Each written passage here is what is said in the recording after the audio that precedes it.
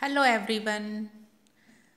आज BSc third year का एक इम्पॉर्टेंट टॉपिक हम लोग बहुत इम्पॉर्टेंट टॉपिक पढ़ने जा रहे हैं, शुरू करने जा रहे हैं और वो है फोटोसिंथेसिस या हिंदी में बोलते हैं प्रकाश संश्लेषण। तो प्रकाश संश्लेषण के अंदर आपको सबसे पहले वर्णक के बारे में पढ़ना है। वर्णक कौन कौन से पिगमेंट्स जो हैं वो उसमें काम आते हैं प्रक्रिया में, और इसका इंट्रोडक्शन देखते हैं। प्रकाश संश्लेषण को कैसे डिफाइन करेंगे, क्या होती है प्रक्रिया। तो photosynthesis is formation of carbon containing compound from CO2 and H2O by illuminated green cells and oxygen is byproduct। प्रकाश संश्लेषण वो प्रक्रिया है जिसमें CO2 H2O के द्वारा भोजन का निर्माण करती हैं हरी कोशिकाएं प्रकाश की उपस्थिति में, और ऑक्सीजन जो निकलती है, जो पेड़ पौधे हम कहते हैं ना, पेड़ हमें ऑक्सीजन देते हैं, वो ऑक्सीजन प्रकाश संश्लेषण के द्वारा हमें प्राप्त होती है बाई प्रोडक्ट के रूप में। आप लोगों को बहुत मिसअंडरस्टैंडिंग रहती है कि पौधे जो हैं वो श्वसन में CO2 लेते हैं और O2 छोड़ते हैं, है ना, इसलिए हमें पौधे ऑक्सीजन देते हैं। लेकिन इस चीज़ को आप अपने दिमाग में फिट कर लीजिए अच्छे से, आज बहुत इम्पॉर्टेंट चीज़ है ये। और कि पेड़ पौधे ऑक्सीजन क्यों देते हैं, वो प्रकाश संश्लेषण के कारण देते हैं। श्वसन में तो पौधे भी वही करते हैं जो हम करते हैं, मतलब ऑक्सीजन को लेना और कार्बन डाइऑक्साइड को छोड़ना। तो पौधे भी श्वसन में सेम प्रक्रिया करते हैं जो एनिमल्स और ह्यूमन बीइंग्स करते हैं। तो पौधे ऑक्सीजन क्यों देते हैं, वो इम्पॉर्टेंट प्रक्रिया प्रकाश संश्लेषण के कारण देते हैं। तो इसलिए यहाँ पर फर्स्ट डेफिनेशन जो मैंने लिखी है उसमें लिख दिया है कि ऑक्सीजन बाई प्रोडक्ट है, मतलब जब जब प्रकाश संश्लेषण होगा उससे ऑक्सीजन की प्राप्ति होती है अपने को, तो ऑक्सीजन देते हैं प्लांट्स। बहुत इम्पॉर्टेंट है, थोड़ी डिफ़िकल्ट भी है और बहुत लंबा टॉपिक है, मतलब इसको आपको कंटिन्यूएशन में समझना पड़ेगा। तो आप कोशिश करिएगा हर वीडियो को देखने की। अब इसको जो है डेफिनेशन के फॉर्म में कैसे दिखा सकते हैं, तो 6 मॉलिक्यूल CO2 के और 6 मॉलिक्यूल पानी के लाइट और क्लोरोफिल की उपस्थिति में कार्बोहाइड्रेट बनाते हैं और ऑक्सीजन निकलती है। पहले इस तरह की इक्वेशन लिखी जाती थी। अब न्यू इक्वेशन दे दी है वैज्ञानिकों ने, और उन्होंने क्या किया कि CO2 के तो 6 मॉलिक्यूल हैं यहाँ पर, लेकिन पानी के जस्ट डबल कर दिए, तो 12 H2O ये चेंज है, और फिर लाइट और क्लोरोफिल की उपस्थिति आवश्यक है, तो फिर बनता है कार्बोहाइड्रेट, और 6 पानी के मॉलिक्यूल भी निकलते हैं और ऑक्सीजन बाई प्रोडक्ट के रूप में मिलती है। देखिए, प्रकाश संश्लेषण की प्रक्रिया में पूछा जाता है कि पौधे को किस किस चीज़ की आवश्यकता होती है। तो जो रॉ मटेरियल या कच्चा माल है उसमें आपको 4 चीज़ें हमेशा बोलनी हैं, उसके बिना प्रकाश संश्लेषण नहीं हो सकता। कौन कौन सी 4 चीज़ें? CO2, H2O, लाइट और क्लोरोफिल। प्रकाश संश्लेषण के लिए ये चारों का अनिवार्य रूप से होना आवश्यक है। ऐसा नहीं है कि क्लोरोफिल नहीं है तो चलेगा या CO2 नहीं है तो चलेगा, ऐसा नहीं होता। चारों चीज़ें चाहिए तब पौधा अपने लिए भोजन बनाता है। तो बहुत इम्पॉर्टेंट प्रक्रिया। अब इसका एक छोटी सी, जैसे आपको इतना लंबा याद नहीं आए तो आप उसको सिंपल उसमें कह सकते हैं कि what is photosynthesis. Photosynthesis is oxidation reduction reaction, ऐसा भी आप कहेंगे या लिखेंगे तो गलत नहीं होगा। तो ऑक्सीडेशन ऑक्सीकरण और रिडक्शन अपचयन प्रक्रिया है फॉर प्रकाश संश्लेषण। इसमें जो है पानी ऑक्सीडाइज होता है और जो CO2 है वो रिड्यूस होती है कार्बोहाइड्रेट लेवल तक। तो ये वाइवा के क्वेश्चन है प्रैक्टिकल में, ये मतलब कि फोटोसिंथेसिस को एक्सप्लेन करो और कौन ऑक्सीडाइज हो रहा है, पानी ऑक्सीडाइज होता है, और कौन रिड्यूस होता है, CO2 रिड्यूस होता है। तो ये आपको क्लियर होना चाहिए। और रिडक्शन के लिए एनर्जी की आवश्यकता होती है जो कि ATP और NADP के रूप में उसमें बनता है, एसिमिलेटरी पावर बोलते हैं इसको। तो ये लाइट मतलब फोटोसिंथेसिस जो है ये एक्चुअल में 2 चरणों में पूरी होती है। पहला है लाइट रिएक्शन, दूसरा है डार्क रिएक्शन। तो लाइट रिएक्शन में जो है एसिमिलेटरी पावर बन जाता है, मतलब ATP और NADPH2, और फिर वो यूज़ करके फिर डार्क रिएक्शन में रिडक्शन होता है, तो कार्बोहाइड्रेट बनता है। तो हिल रिएक्शन क्योंकि वैज्ञानिक हिल ने ढूंढी थी इसलिए इसको हिल रिएक्शन भी कहते हैं। और डार्क रिएक्शन की जो स्टेप्स हैं, जो इक्वेशंस जो होती हैं, जो स्टेप्स पूरे होते हैं, वो ब्लैकमैन नामक वैज्ञानिक ने ढूंढा था, इसलिए उसको ब्लैकमैन्स रिएक्शन कहते हैं। तो फोटोसिंथेसिस के 2 भाग हैं मुख्य रूप से, डार्क रिएक्शन और लाइट रिएक्शन, ये पता होना चाहिए। अब CO2 हवा में होती है, पानी जो है वो जड़ों से, मिट्टी से पौधे के अंदर एंटर हो जाता है। लाइट का सोर्स हमारा सूरज है जो आसमान में चमक रहा है। हमारा जो क्लोरोफिल है उसको आज हम थोड़ा सा इंट्रोडक्शन, थोड़ा सा जिसको कहते हैं पिगमेंट्स। पिगमेंट्स बहुत इम्पॉर्टेंट हैं। अगर आपको ध्यान हो तो फर्स्ट ईयर में जो हमने लोअर प्लांट्स एल्गी पढ़े थे उसमें ये वर्गीकरण का आधार था पिगमेंट। तो पिगमेंट के आधार पर क्लासिफिकेशन तक किया गया है। तो पिगमेंट बहुत इम्पॉर्टेंट है। तो पहले उसका एक हल्का सा आइडिया कर लेते हैं, उसके बाद हम मेन प्रोसेस पे आएंगे। तो पिगमेंट्स जो हैं फोटोसिंथेटिक, उस पर आता है शॉर्ट नोट, मतलब इम्पॉर्टेंट है, तो आपको ये पता ही होना चाहिए। अब कोशिका की संरचना सबको पता है, ऐसा मैं मान के चल रही हूँ। अब उसमें बहुत सारे कोशिका के अंग होते हैं जिसको कोशिकांग या फिर सेल ऑर्गेनेल कहते हैं। तो मेरा प्रश्न है पिगमेंट्स कहाँ होते हैं? तो आंसर होगा कि पिगमेंट्स जो हैं वो प्लास्टिड्स में पाए जाते हैं। प्लास्टिड्स क्या है? प्लास्टिड्स होते हैं स्मॉल डिस्कॉइड सेल ऑर्गेनेल, मतलब ये छोटे छोटे डिस्क के आकार की कोशिका का अंग होता है जो सेल में पाया जाता है, जिन कोशिकाओं में प्रकाश संश्लेषण होता है उनमें। अब प्लास्टिड्स को एक ये कॉमन नेम है, इसको हम 3 में बांट सकते हैं। पहला है क्लोरोप्लास्ट, दूसरा है क्रोमोप्लास्ट और तीसरा है ल्यूकोप्लास्ट। जैसा कि नाम बोल रहा है क्लोरो मीन्स ग्रीन, तो क्लोरोप्लास्ट मतलब वो प्लास्टिड जिसमें हरा रंग भरा होता है उनको हम क्लोरोप्लास्ट कहते हैं। क्रोमा मतलब होता है रंग, तो रंगीन वर्णक जिसमें होते हैं उनको क्रोमोप्लास्ट कहते हैं। और ल्यूको मीन्स होता है कलरलेस, तो आपने देखा होगा बहुत सारी पत्तियां जो वेरीगेटेड होती हैं, वेरीगेटेड मतलब चितकबरी होती हैं, कहीं हरा रंग कहीं रंगीन होता है, क्रोटन्स उदाहरण के लिए।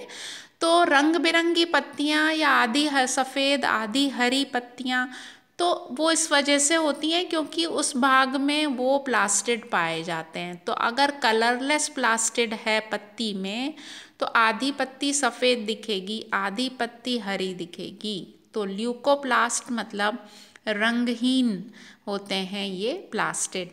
तो अब आपसे अगर पूछें पिगमेंट्स कहाँ पाए जाते हैं तो आपका आंसर होना चाहिए प्लास्टिड्स में पाए जाते हैं, जो कि 3 प्रकार के होते हैं।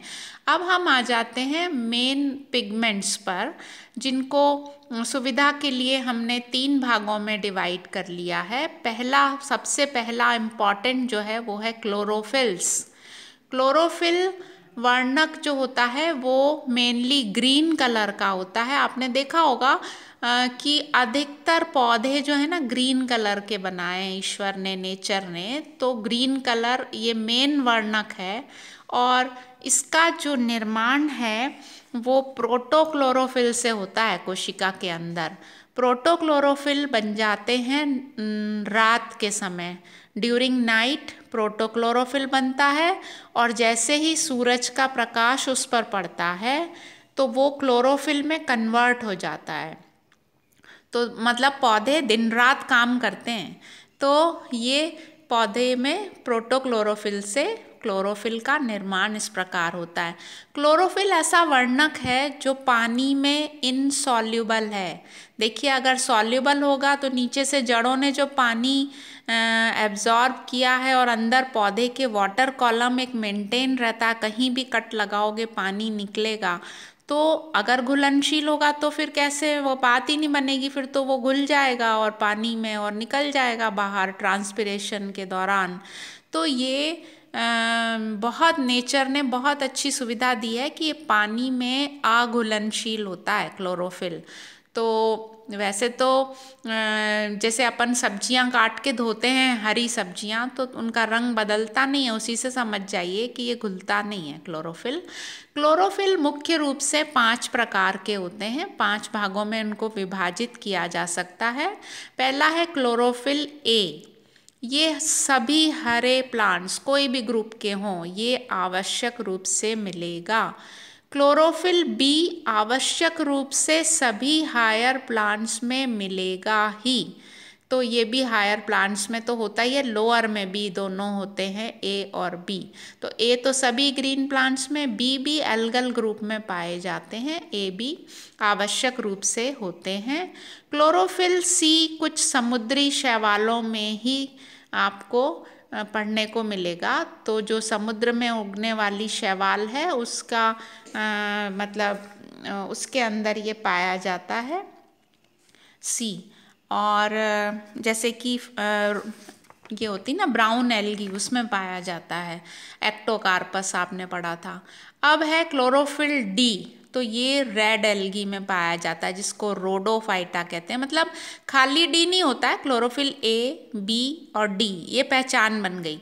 जैसे अगर मान लीजिए ब्राउन एल्गी है तो क्लोरोफिल ए बी और सी, तो ये आइडेंटिफाइंग कैरेक्टर हैं और ये वर्गीकरण का आधार भी हैं।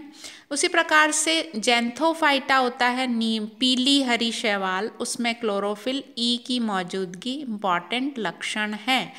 तो हम अभी क्योंकि हम 3rd ईयर में हैं तो हम हायर प्लांट्स पढ़ रहे हैं, तो आपको ध्यान रखना है कि ए और बी आवश्यक रूप से हायर प्लांट्स में मौजूद रहते हैं, इसलिए उन्हीं का मॉलिक्यूलर फॉर्मूला यहाँ पर मैंने लिखा है। क्लोरोफिल ए में देखिए कार्बन है 55, हाइड्रोजन है 72, ऑक्सीजन के 5, नाइट्रोजन के 4 एटम और मैग्नीशियम पाया जाता है। तो ये जो क्लोरोफिल ए है ये होता है ब्लूइश ग्रीन, मतलब हल्का सा नीलापन लिए हुए हरे रंग का होता है ए। जो बी है उसमें क्लोरोफिल के 55 मॉलिक्यूल, हाइड्रोजन के 70, ऑक्सीजन 6 है, यहाँ पर थोड़ा थोड़ा चेंज हुआ है, नाइट्रोजन के 4 मॉलिक्यूल और मैग्नीशियम। तो इससे हमें क्या समझ में आ रहा है कि नाइट्रोजन और मैग्नीशियम ये दोनों क्लोरोफिल के निर्माण के लिए आवश्यक हैं। CHO ये तो बेसिक एलिमेंट्स हैं ही, इनके बीच इनको तो फ्रेमवर्क एलिमेंट्स बोला ही जाता है। इनके बिना हम किसी स्ट्रक्चर के बनने की कल्पना कर ही नहीं सकते। तो अब क्लोरोफिल का निर्माण अगर सिंथेसिस प्रोटोक्लोरोफिल का होना है तो सफिशिएंट मात्रा में कोशिका में नाइट्रोजन होना चाहिए और मैग्नीशियम जरूर होना ही चाहिए।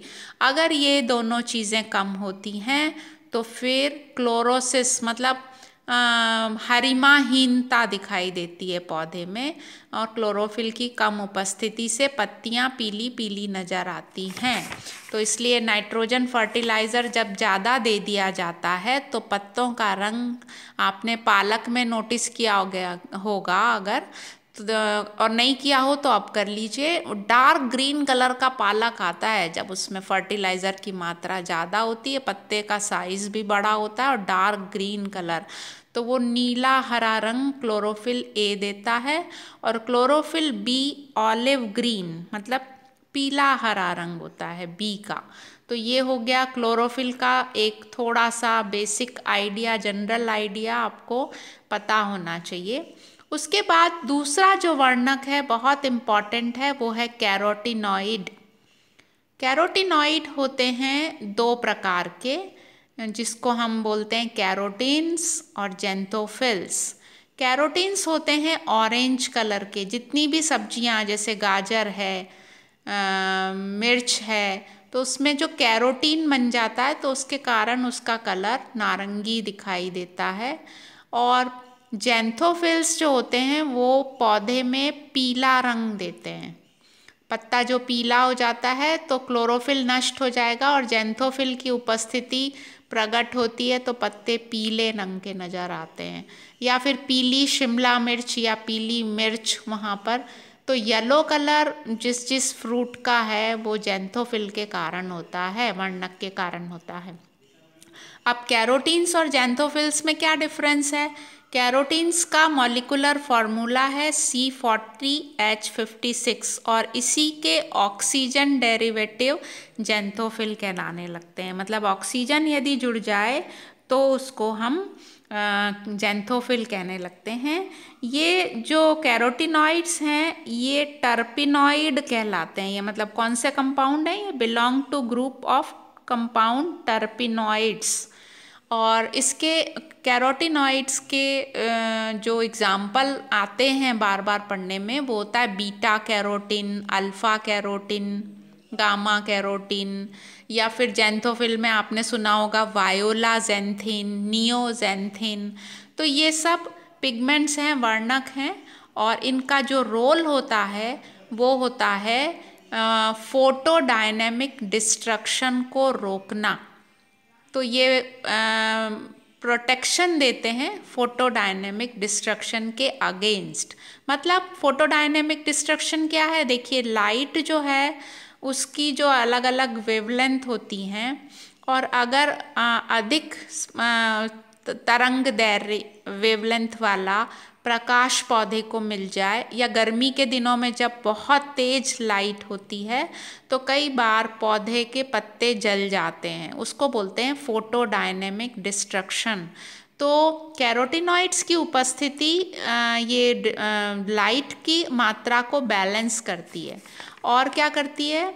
Absorb and transfer light energy to chlorophyll A. मतलब सबसे पहले लाइट को अवशोषित करना उचित वेवलेंथ की, और उसको फिर क्लोरोफिल ए के मॉलिक्यूल में पहुंचाने का काम कैरोटीनॉइड का होता है। तो बहुत इम्पॉर्टेंट रोल है, क्योंकि जब प्रकाश संश्लेषण शुरू होता है तो एक पर्टिकुलर स्पेशल क्लोरोफिल मॉलिक्यूल होता है क्लोरोफिल ए का, जो कि ग्राउंड स्टेट से एक्साइटेड स्टेट में आता है, और तब प्रक्रिया चालू होती है। तो जब तक एक पर्टिकुलर लाइट एनर्जी नहीं मिलेगी तब तक प्रकाश संश्लेषण शुरू नहीं होता है। ऐसा नहीं है कि सूरज निकला और प्रकाश संश्लेषण शुरू हो जाएगा, है ना। तो उसको क्लोरोफिल मॉलिक्यूल को एक्साइटेड स्टेट में आने के लिए, तो वो कैरोटीन्स क्या कर रहे हैं? हेल्प कर रहे हैं, सहायता कर रहे हैं।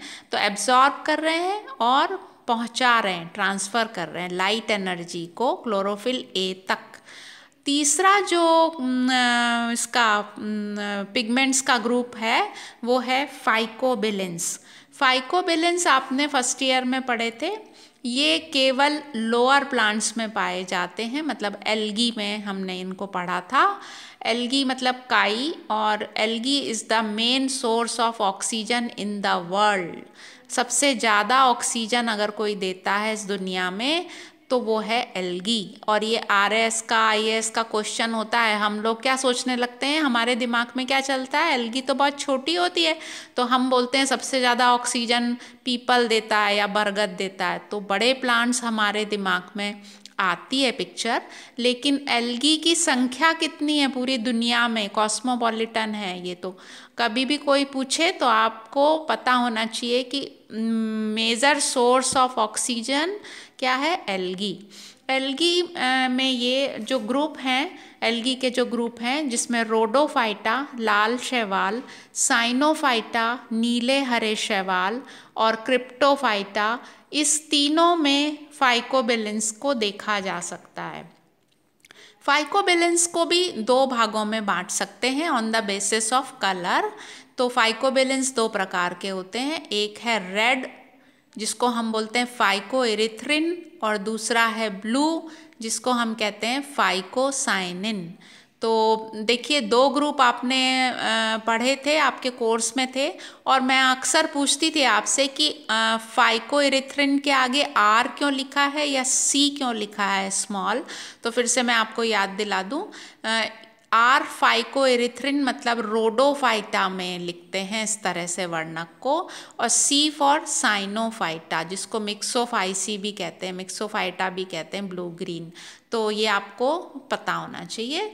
तो रेड फाइकोबिलिन को फाइकोएरिथ्रिन कहते हैं और ब्लू फाइकोबिलिन को कहते हैं फाइकोसाइनिन। तो साइनिन की मात्रा ज़्यादा होती है तो पौधा नीले रंग का दिखाई देगा, नीला हरा, और अगर फाइकोएरिथ्रिन की मात्रा ज़्यादा होती है तो पौधा लाल रंग का दिखाई देता है, और अगर दोनों फाइकोबिलिन बराबर मात्रा में हो तो वो बैगनी कलर के पौधे दिखाई देंगे आपको। तो ये बहुत इम्पॉर्टेंट है फाइकोबिलिन। इनका भी फंक्शन क्या है, लोअर प्लांट्स में तो ये फोटोसिंथेसिस में भाग लेते हैं। कैसे भाग लेते हैं, लाइट एनर्जी को क्लोरोफिल ए में ट्रांसफ़र करते हैं, और इनको फाइकोबिलिन्स को और कैरोटिनॉइड्स को कहा जाता है एक्सेसरी पिगमेंट, सहायक वर्णक। तो मेन वर्णक है क्लोरोफिल और सहायक वर्णक है कैरोटीन्स, जेंथोफिल्स एंड फाइकोबिलिन्स। तो ये वर्णक के बारे में थोड़ी सी बेसिक जानकारी आपको दी। इसको अच्छे से आपको करना है। और प्लास्टिड क्या होते हैं, ऑर्गेनेल, इनके बारे में आप पूरी जानकारी रखिए। Thank you.